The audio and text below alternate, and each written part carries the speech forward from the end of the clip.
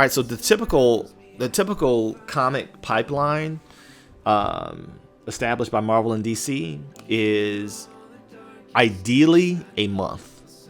Okay, and it's been streamlined with the advent of digital applications such as Clip Studio Paint, which is what I'm using here, and Photoshop. But still, I think they pretty much still adhere to the month turnaround in the pipeline. But a lot of the comics that you see that are on the shelves, they were actually completed 3 or 4 months ago. That's how they stay on schedule. Okay, because there's delays, there's editorial, the whole 9 yards, right?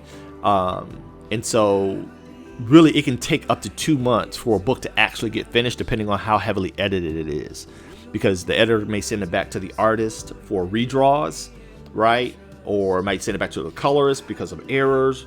You know, if there's an inker, and we know that inking is a endangered skill, because now you see how I'm doing it. A lot of us are just going straight from concept to digital to color, so we're eliminating inking from the pipeline.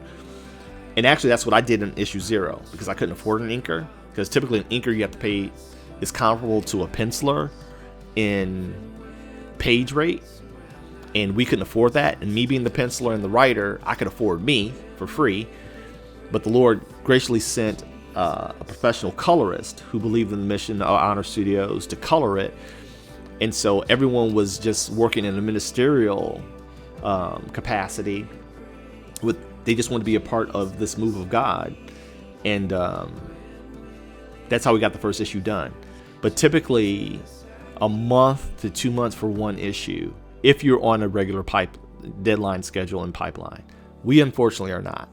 We are very independent. My goal, ideally for Honor Studios, is to produce quarterly, right? That's because of our size.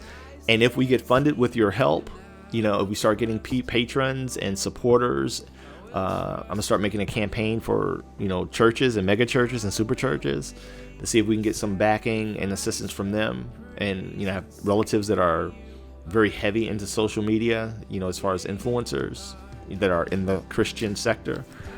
I'm cashing in all my chips now, man. I'm cashing in all my chips, but ideally we could release a book every month, but we'd have to be a well-oiled machine, fully funded at that point to make that happen. So I always plan for, if it's just me, what could I do? Right? If it's just me and a team of 2 other guys, what could we do realistically? When it's not paying the bills, when I'm not getting paid for, when they're getting paid what I can afford, you know, because I want to be able to pay everybody. My idea for Honor Studios is, and I know Kevin knows this, I want to create a faith-inspired, Christian-led house of ideas comparable to Marvel or Warner Brothers or whoever, right? Because I have a lot of buddies in the industry, and Kevin does too, that are believers, but they can't afford to pursue ministerial, faith-based IPs. They can't afford it. It doesn't pay the bills, right? And oftentimes, because I get asked all the time by upstart Christian publishers to basically give my skills away because it's ministry. Now, I don't ask. I don't feel good about that. You know, Timothy tells us, muzzle not the ox that treads out the corn. That's what First Timothy tells us. That means and it says a workman is worth his hire. Pay somebody what they're worth. And so even though the first book I didn't pay anybody for, it's not because I didn't ask. Literally, I will share the testimony of Honor Studios. I'm making a video that will be on the Patreon where I share the testimony of Honor Studios. It really was an advent of the Holy Spirit.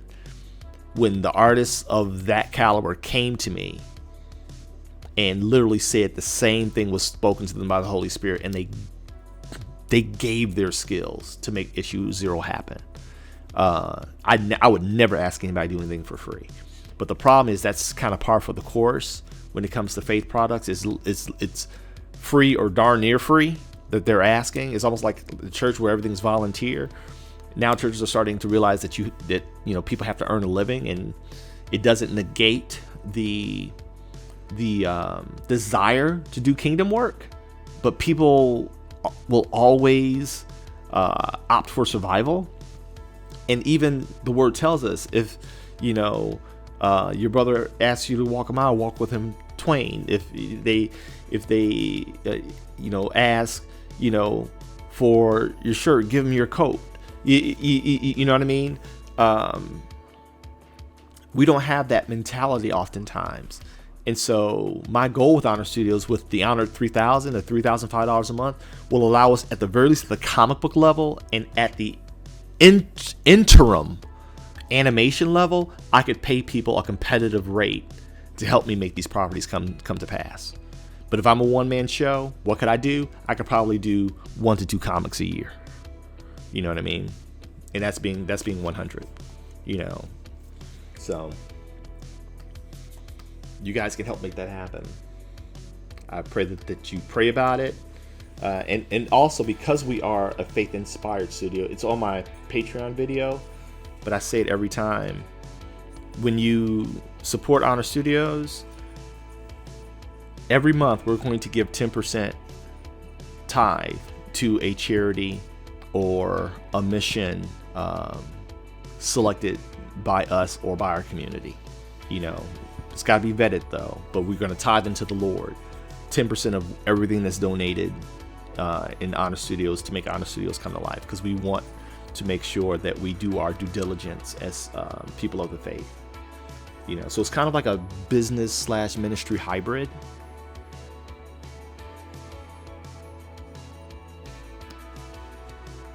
I know I gave you a lot of information. Hopefully that gives you kind of a clearer vision of what I'm trying to do here.